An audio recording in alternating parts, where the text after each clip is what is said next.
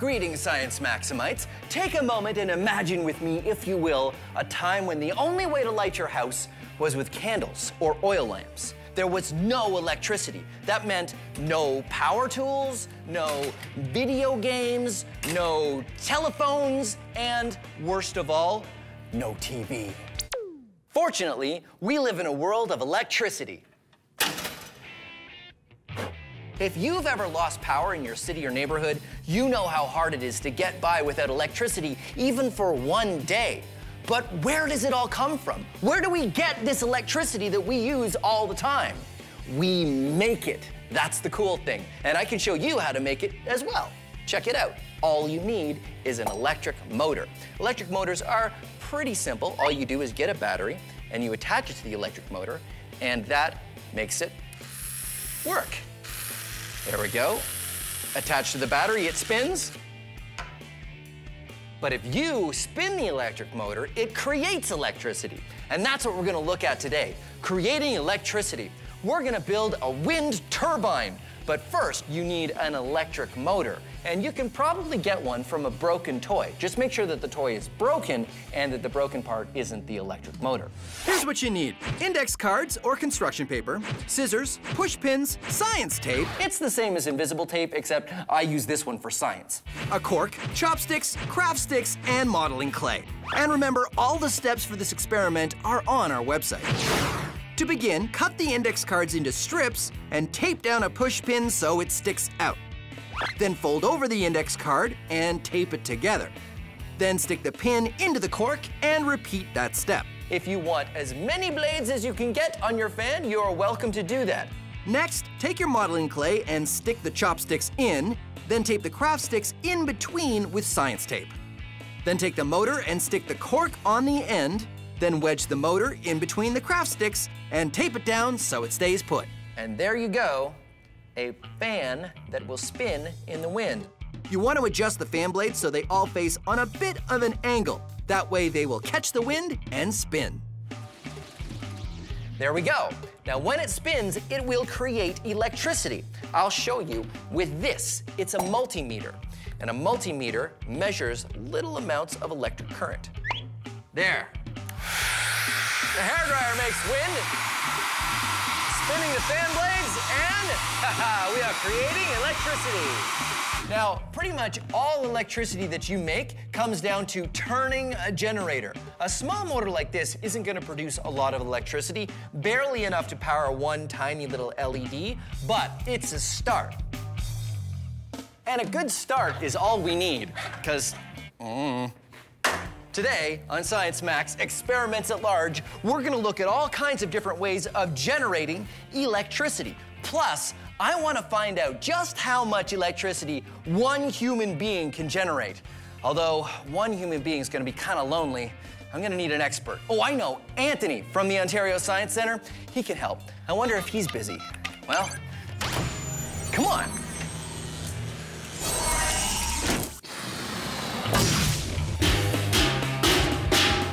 Sound is vibration, but it's really hard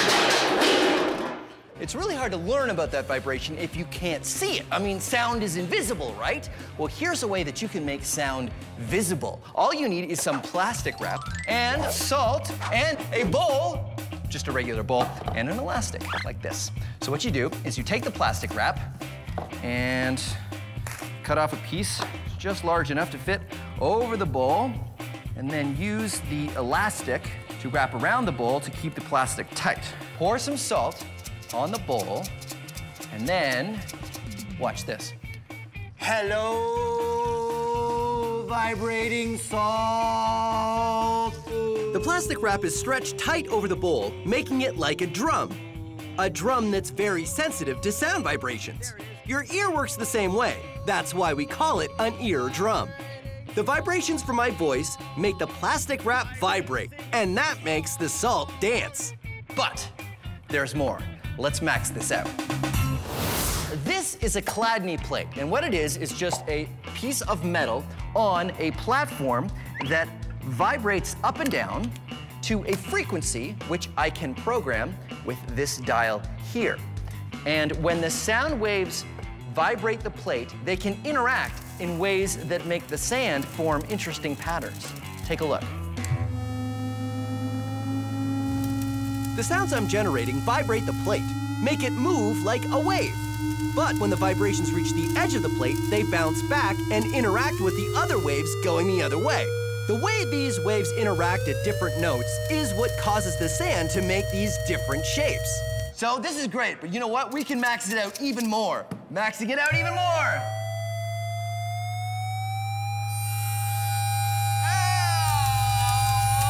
Okay, that's about as much as I can take of that. Whoa.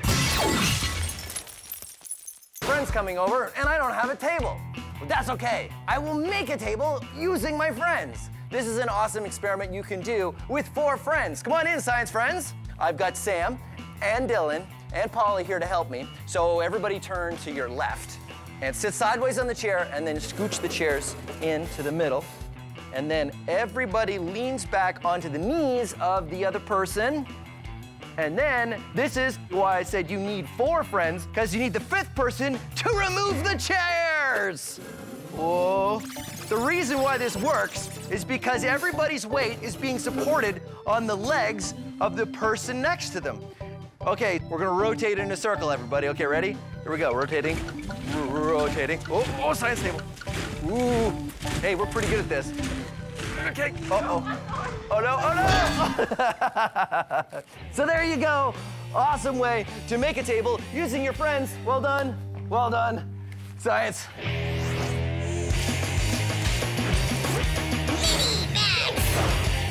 Here's an experiment you can do to impress the adults in your house.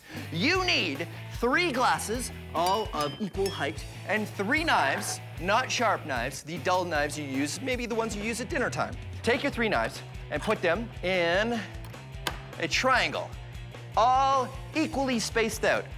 Then move the knives together to make a little triangle, all right, like that. Then what you want to do is you want to carefully arrange the knives so each knife is going above one knife and below another knife. So there we go. Then you want to take this careful pattern that you created and you want to put it on top of your 3 glasses. One where each handle of the knives are going to be. And if you place it carefully and you've done the over-unders correctly, it will stay up. Pretty amazing. The knives support their own weight. But they don't just support their own weight, they can support a lot more weight too. Pretty amazing, right? This is a great experiment. It's also something really interesting that we can max out. Come on. And here you go, the maxed out knife balance. I've got 3 pieces of lumber and 3 barrels, and as you can see, the pattern is exactly the same. Under, over, under, over, under, over. Ha-ha. So, the question is, how much faith do I have in science? It totally supports my weight. I know it's going to work because I know that a 2x4, which is the kind of lumber I'm using, can hold up my weight. So that means the structure can support me. Science!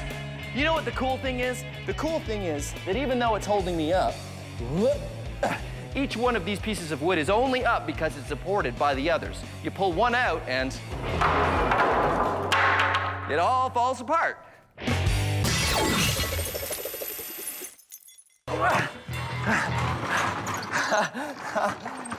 This little guy, this is a Vibrobot, and he vibrates and he skitters around on the paper. And if we take the caps off the markers, he makes interesting patterns on the paper.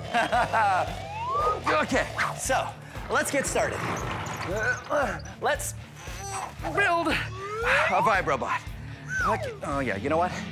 Maybe it's time to take off the ski boots, huh? Whew. There we go, that's better. So today, like I said, we're gonna be making a Vibrobot. And here are all the materials you need to make your own. Plastic cup, 3 markers, an electric motor, just make sure you ask an adult first, a battery, a plastic drink bottle cap, a toothpick, scissors. This kind of tape is called electrical tape. Science tape, which is the same as invisible tape, but of course I use this tape only for science. And some modeling clay. And these are 2 bendy straws that I've taped googly eyes to. These are not necessary. I just like them for decoration.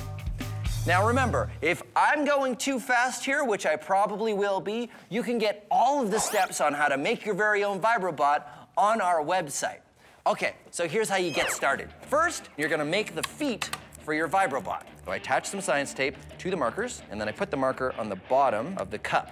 And then I do that again to the next marker, and then the third, balance it like that. There. Next thing you wanna do is take your plastic drink bottle cap and make a hole with a toothpick. You wanna make it off to the side, right about there. Just like that. That's so when it turns, it will be off center. That's what's gonna give us our vibration. So once you've made that hole, take some modeling clay and stick it in the cap to give it some weight. When you've done that, stick it onto the shaft of your motor like this.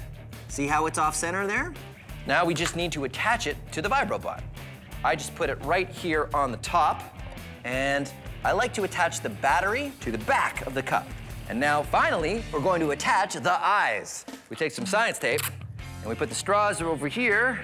I am Vibrobot. I am here to vibrate. Take me to your leader. So then, you attach your tape with the wire to the top of the battery there, and then the other wire to the bottom of the battery. Just like that, and let your Vibrobot make some art. Ha ha ha ha. Now, if the battery is new, your Vibrobot might be jumping up and down quite a bit. So you can do what I like to do and add some more weight, and then you make better lines with your Vibrobot. And your Vibrobot makes art. How long will he last? Probably till lunch. And there you go, Vibrobot art! Art made by a robot. How cool is that?